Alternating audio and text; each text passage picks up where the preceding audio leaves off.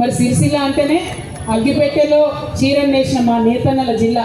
మేమందరం గర్వంగా ప్రపంచవ్యాప్తంగా ఎలిజబెత్ రాణి దగ్గర కూడా మన పేరు నిలబెట్టినటువంటి జిల్లా సిరిసిల్ల జిల్లా. ఆ నేతన్నలకు మా పద్మశాలి ముద్దు బిడ్డలందరికీ కూడా హృదయపూర్వకంగా వినమ్రంగా నమస్కారం చేసుకుంటున్నా. మరి అప్పుడు కేటీఆర్ గారు నేను ప్రతి సోమవారం చేనేత వేసుకుంటా, ప్రతి మంగళవారం చేనేత వేసుకుంటా అని చెప్పి సాంచలు కట్టిస్తా అన్నాడు. వచ్చే ప్రయత్నం చేసి కొంతవరకు అది జరిగింది.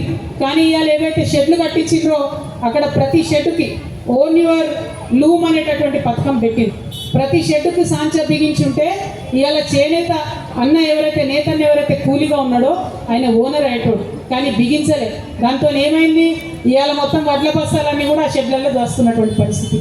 మళ్ళీ చేనేతలు ఎవరైతే ఉన్నారో వాళ్ళు ఏదో కంపెనీల దగ్గర వేసుకున్నాడు తప్పితే వాళ్ళకైతే ఓనర్షిప్ రాలేదు, వాళ్ళకైతే ఇంకా ఆదాయం వస్తలేదు. అప్పుడు అట్లా పరిస్థితి ఉండే అంటే ఇప్పుడు ఈ రేవంత్ రెడ్డి గారు ఈ మహానుభావుడు వచ్చిన తర్వాత ఆయనతో ఉన్న యాన్ డిపోను కూడా సిరిసిల్లకి వెళ్ళి తీసుకుపోయి ఆయన వేములవాడలో పెట్టింది. కార్మికులు ఇక్కడ ఉంటారు, నేసేటోళ్ళు ఇక్కడ ఉంటారు, మగ్గాలు ఇక్కడ ఉంటాయి. యాన్ డిపో తీసుకుపోయి వేములవాడలో పెట్టింది.